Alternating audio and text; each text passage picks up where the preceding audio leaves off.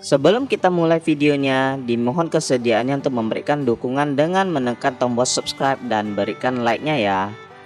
Dukungan Anda sangat berarti bagi kami agar channel ini bisa terus berkembang dan memberitakan firman kebenaran Tuhan, agar nama Tuhan Yesus dimuliakan hingga ke seluruh penjuru dunia. Terima kasih. Amin. Yang keempat, keputusan yang salah itu disebabkan karena menghakimi dengan sekilas pandang. Yesaya 11 ayat yang ketiga berkata begini, "Ya, kesenangannya ialah takut akan Tuhan. Ia tidak akan menghakimi dengan sekilas pandang saja atau menjatuhkan keputusan menurut kata orang." Jangan cepat menilai orang dari sekilas pandang saja. Artinya gini, jangan cepat menilai orang tuh dari penampilan. Kita bisa terkecoh. Don't judge the book by the cover. Jangan membuat keputusan berdasarkan apa yang kelihatan. 1 Samuel 16 ayat yang ke-7 berkata begini, "Tetapi berfirmanlah Tuhan kepada Samuel, janganlah pandang parasnya atau perawakan yang tinggi, sebab aku telah menolaknya, bukan yang dilihat manusia, yang dilihat Allah. Manusia melihat apa yang di depan mata, tetapi Tuhan melihat hati." Tuhan mengajarkan kepada kita untuk jangan terkecoh hanya dengan penampilan luar, packaging, apa yang kelihatan di depan mata. Kita bisa tertipu. Yang paling penting dari seseorang itu adalah hatinya. Dan bagaimana kita bisa melihat hati seseorang? Hati seseorang itu, kata firman Tuhan, akan meluap dari kata-katanya. Hati seseorang itu akan nyata dalam tindakan-tindakannya. Perhatikan bahwa karakter, sikap hati, attitude itu jauh lebih penting daripada penampilan luar kita. Banyak orang yang hanya sibuk mempercantik diri dari luar, tapi lupa bahwa yang paling berharga di mata Tuhan adalah roh batiniah kita. Dengar baik, jangan ngambil keputusan hanya dari sekilas pandang penampilan luar seseorang. Anda bisa tertipu. Bukankah seringkali kita berkata, aduh gak nyangka ya orangnya kayak begitu. Gak nyangka ya. Saya pernah punya pengalaman yang luar biasa. Saya kenal dengan seorang wanita yang kalau ngomong tuh lemah lembut abis. Lembutnya luar biasa. Bahkan kelihatan sangat rendah hati. Ya Ci, aduh rendah hati banget. Gak taunya tidak lama kemudian, setelah sekian tahun saya kenal dia, akhirnya suaminya sampaikan ke saya bahwa istrinya begitu mengerikan. Istrinya kasar, pukul dia, bahkan menista mamanya. Sikapnya kasar, omongannya kasar. Hitungan habis. Bahkan pernah waktu satu kali saya mencoba menasehati mereka ketika mereka punya masalah dalam pernikahan. Istrinya marah sama suaminya, maki-maki suaminya karena menceritakan masalahnya ke saya. Dengar baik, bukankah perkataan janji yang kita berikan itu tidak bisa kita tarik kembali? Contohnya perjanjian bisnis, kerjasama, pernikahan. Harusnya janji itu harus dipegang. Hati-hati mengikat janji dengan siapapun, membangun kerjasama, apalagi sampai menikah dengan orang yang Anda tidak benar-benar kenal dia siapa. Jangan terkecoh sama penampilan luar, karena akan menjadi jebakan bagi Anda dan akan membuat hidup Anda sengsara. Yang terakhir, keputusan yang salah itu disebabkan oleh menjatuhkan keputusan menurut kata orang, kata firman Tuhan. Yesaya 11 ayat 3 tadi bilang menjatuhkan keputusan menurut kata orang. Listen, don't be a man pleaser. Jangan jadi orang yang hanya mau nyenengin orang lain. Jangan ikut-ikutan kata orang. Misal contoh, Anda mau beli pakaian.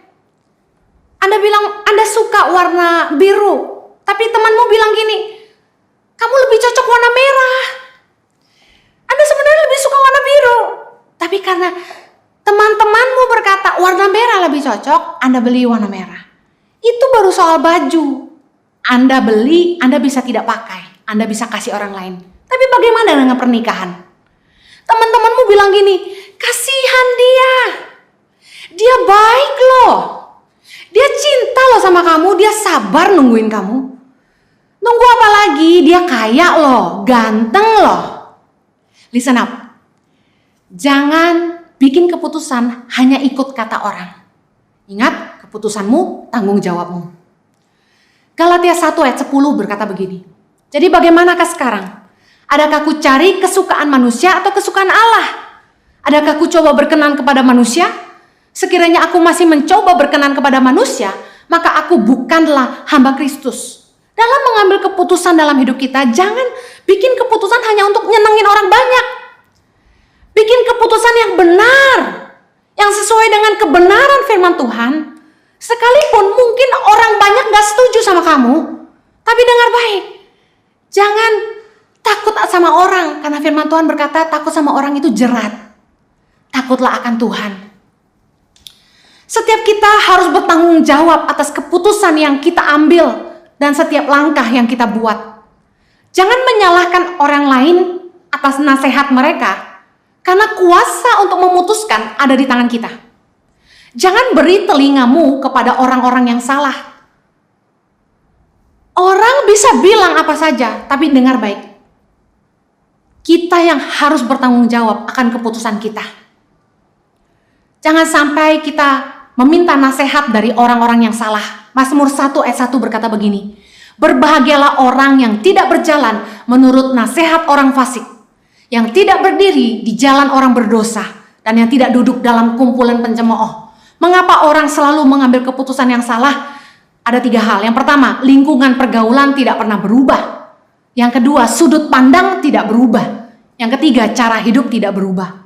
Kalau Anda mau memperbaiki hidupmu dan tidak bikin salah terus, dengar baik. Berdoalah supaya Tuhan memulihkan hidupmu. Dengan siapa kita bergaul akan menentukan cara pandang kita. Bijaksanalah memilih teman dan siapa yang kita dengar. Amsal 13 ayat 20 berkata, siapa bergaul dengan orang bijak menjadi bijak, tapi siapa berteman dengan orang bebal menjadi malang. Your friends determine your future. Teman-temanmu menentukan masa depanmu. Bagaimana supaya Tuhan memulihkan hidup kita? Dengar baik. Kalau kita mau hidup kita berubah, cara hidup kita harus berubah.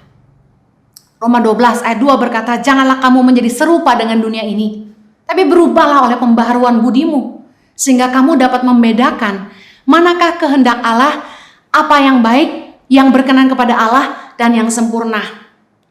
Kita tidak bisa mengubah tempat di mana kita berdiri hari ini, tetapi kita dapat memutuskan kemana kita mau pergi.